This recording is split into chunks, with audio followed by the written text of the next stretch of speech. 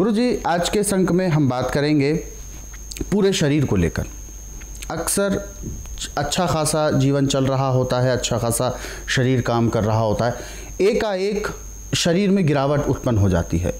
शरीर में गिरावट के साथ साथ कमज़ोरी आ जाती है, दुबला शरीर हो जाता है, पता ही नहीं चलता कि आखिर कारण क्या है। कई प्रकार के लोग टेस्ट भी करा लेते हैं, लेकिन उसमें भी निकल कर नहीं आता कि वास्तव में कमज़ोरी की वजह क्या है। तो सबसे पहले मैं जानना चाहूँगा, एकाएक शरीर में इस तरीके की दुर्बलता आना, कमज़ोरी आना, ये किस बीमारी की ओर अग्रसर करता है? निशानी क्या है? देखिए, जब किसी खान पान में गड़बड़ी हो जाती है, बिल्कुल, या तो लीवर उसका फैटी हो जाएगा, या उसके लीवर पे जैसे खड़े पानी में काई जमती है, ऐसे काई जम जाएगी, चिकनार जम जाएगी जी। फिर उसका खाना पचता नहीं है। जब खाना पचता नहीं है तो पेट में जाके वो जैसे पानी में पत्थर बैठता है, ऐसे वो बैठना शुरू हो जाता है आंतों में। बड़ी आंत और छोटी आंत बिल्कुल चौक हो जाती है, और फिर इससे गैस बना के दिमाग में जब जाती है तो डिप्रेशन में चला जाता है। हमेशा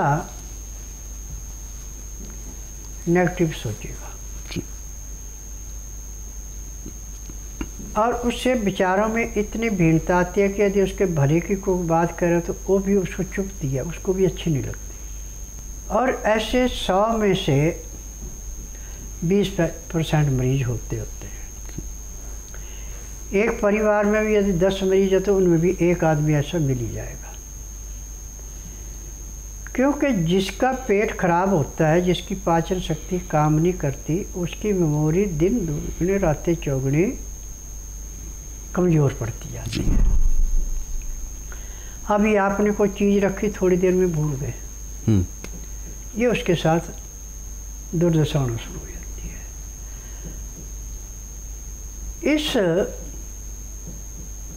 कमजोरी को दूर करने के लिए जिस गाय को बच्चा दिए हुए कम से कम 5 या 6 महीने हो गए हो, ऐसी गाय का दूध चाहिए। दूध को उबाली देने के बाद 2 बर्तनों में डाल के उसको फाँटते जाना, झाग बनेगी और झाग पीते जाना। दूध नहीं पीना, झाग पीनी है। 1 गिलास को ऐसे फाँट के आप पीते हैं, झाग पीते हैं, बाकी नहीं पीते दूध। ऐसा आपको कम से कम पौने घंटे या घंटे का टाइम लग सकता है। अब हर 3 घंटे बाद 1 गिलास ऐसे लेते रहें, परंतु दूध जब फाँटना है तो आपके दूध का उबाली देकर टेम्परेचर जब 15 से 16 डिग्री रह जाए तब इसको चूसना शुरू करें। 3 या 4 खुराकें लेने के बाद आपका पेट चलना शुरू हो जाएगा, आपको दस्त लगेगी। जितना खुल के दस्त आएगा उतनी आपकी याददाश्त भी बढ़ेगी। अब शरीर में जो आपको दिन प्रतिदिन कमजोरी महसूस हो रही थी, उसमें कमजोरी नहीं महसूस होगी। अब इसके बाद आप सुबह शाम लोन विलोन ज़्यादा करें। लोन विलोन आप कम से कम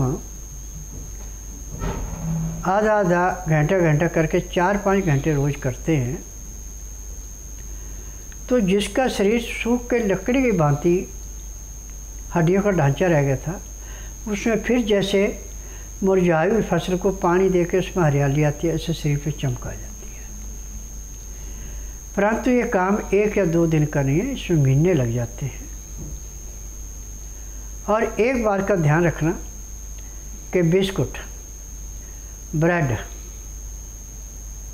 परांठा, पूरी, बर्गर, पिज़्ज़ा, छना हुआ आटा, धुली हुई दालें, छीली हुई सब्जियाँ, इनका प्रयोग बिल्कुल नहीं करना। और जो चीज़ अभी बना के 2 घंटे के बाद आपको लेनी पड़े, वो चीज़ बिल्कुल नहीं लेनी।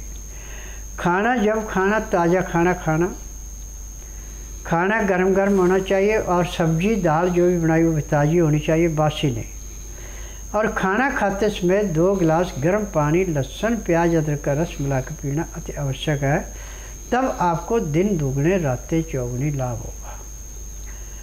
आज मुझे इस बात की खुशी है कि पूरे संसार से जो रोगी अपना उपचार करके थक जाता है और डॉक्टर जब उसको कहते हैं कि देखिए अब आपका रोग जो है समझ से बाहर है, आपकी कोई भी दवाई काम नहीं कर रही है,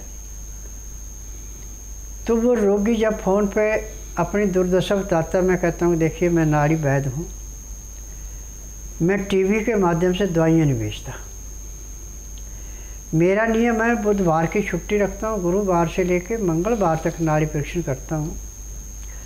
जिस दिन आपने नाड़ी परीक्षण के लिए आना उस दिन रात्रि 10 बजे तक खा पी के दातन कूड़ा करके बड़ी इलायची मुँह में रख के चूसते रहें। सुबह 9 से 10 के अंदर अपना नामकरण कराएं। 10 से 12 में नाड़ी परीक्षण करूँगा।